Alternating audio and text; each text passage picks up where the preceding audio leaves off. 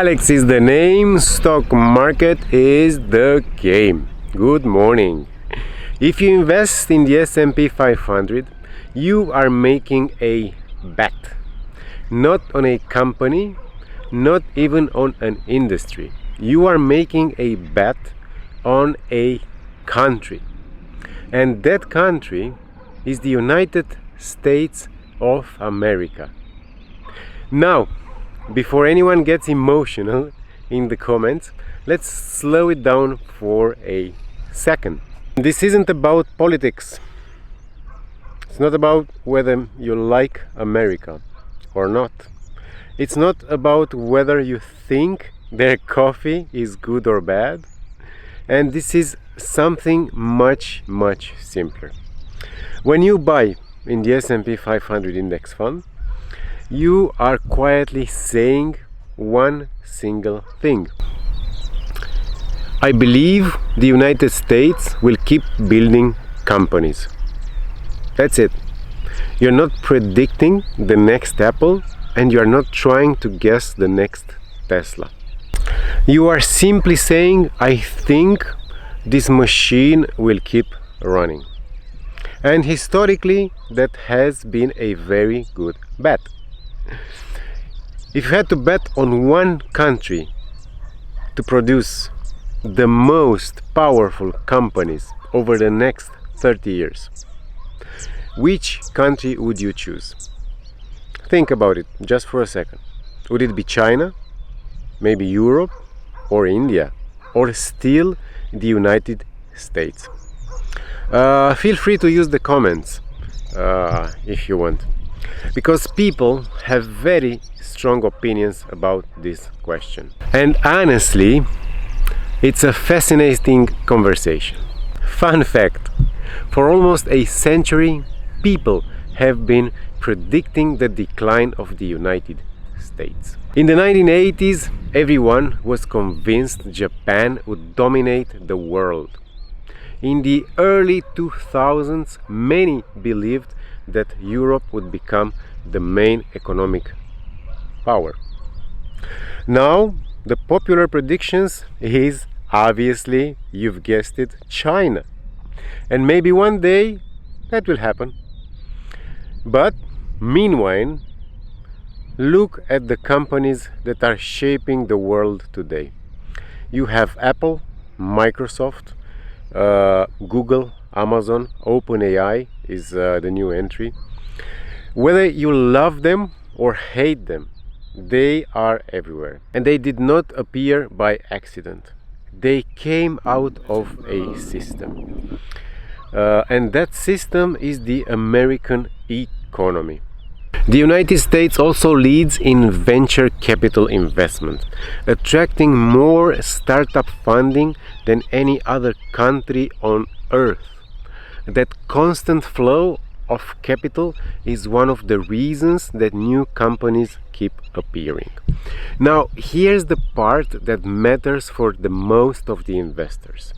When you buy the S&P 500, you are not just buying companies.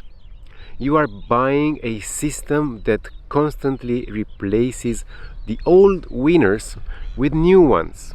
100 years ago, the biggest companies were railroads and steel.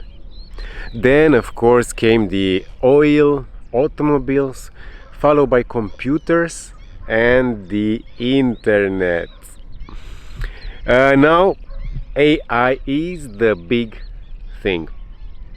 The names change, but the engine keeps running. And that is the genius of the index. You don't need to predict the future. You just need to believe that humans will keep inventing things. And that somewhere in that messy chaos of ideas and ambitions, new companies will have emerged. Now, let's be honest. The United States is not perfect. It's far from that, okay? Sometimes it looks like reality TV show with nuclear weapons. You know, You watch the news. Politics is messy. News cycles are chaotic, and every election feels like the end of this world. But underneath all that noise, like this train here, something incredibly powerful keeps happening. People keep building, people keep launching companies, and people keep trying to create the next big thing. And the system allows them to try. That is the absolute key. Because America is not built around one leader. Thank God. It's built around a structure. Universities, capital markets, entrepreneurs, investors. 8 of 10 largest universities for research funding in the world are in the United States. That pipeline of research is where many new industries begin. A culture that, for better or for worse, celebrates people who try crazy ideas. Sometimes these ideas fail, but spectacularly and occasionally they become Amazon or Google. And those rare successes reshape the entire industries. Now, imagine trying to predict which startup will become the next giant. Very much good luck with that. Not even the most professional investors can do it consistently, which is why the S&P 500 is such a fascinating concept. Instead of trying to pick the winners, you simply own the system that produces the winners. It's like owning a piece of machine instead of betting on individual gears. And that's a much calmer way to invest. Now, here's something else I want you to think about. What would it actually take for the S&P 500 to permanently fail? Not a market crash, because we've had those happen all the time, and not a recession. We've had plenty of those as well. What I mean is a real structural collapse.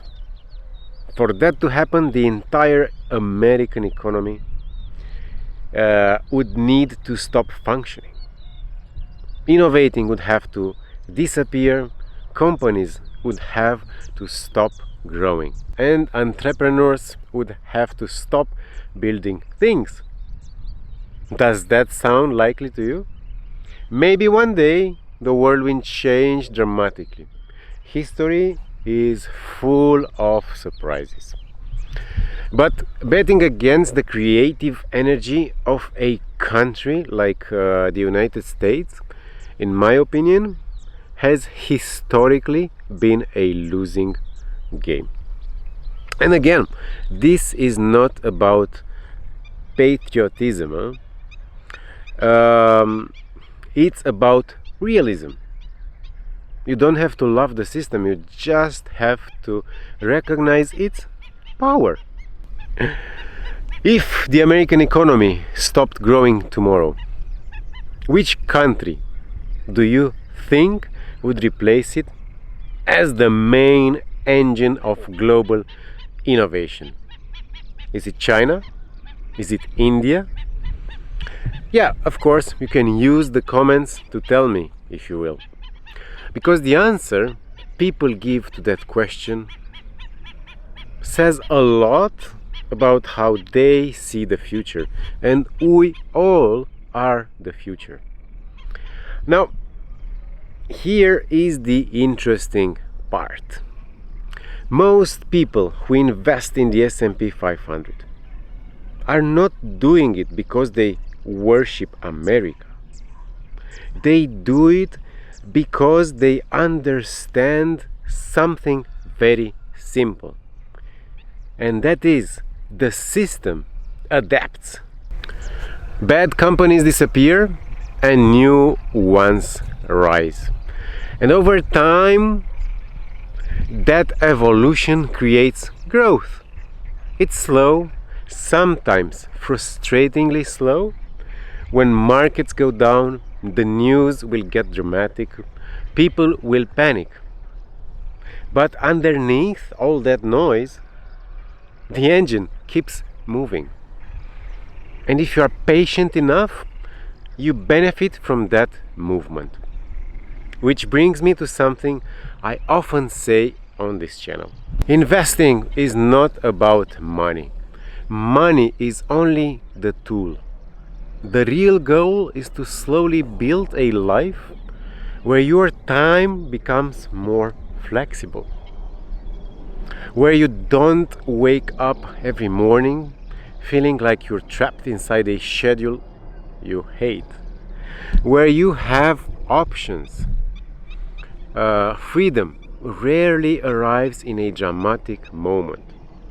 It usually arrives quietly, one decision at a time, one investment at a time, and 1 year at a time. And boring systems like the S&P 500 play a role in that history.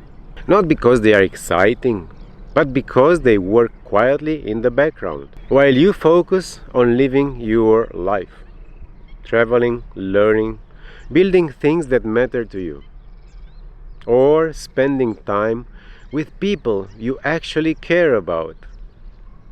And maybe that's the real point, huh? Not chasing the perfect stock, not obsessing over daily market moves, but choosing a system you believe in and giving it time to do its job.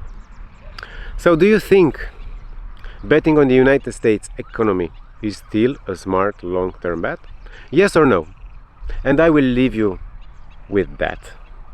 Life is easy. It's only the people that complicate it. So stay consistent and subscribe for more. Ciao.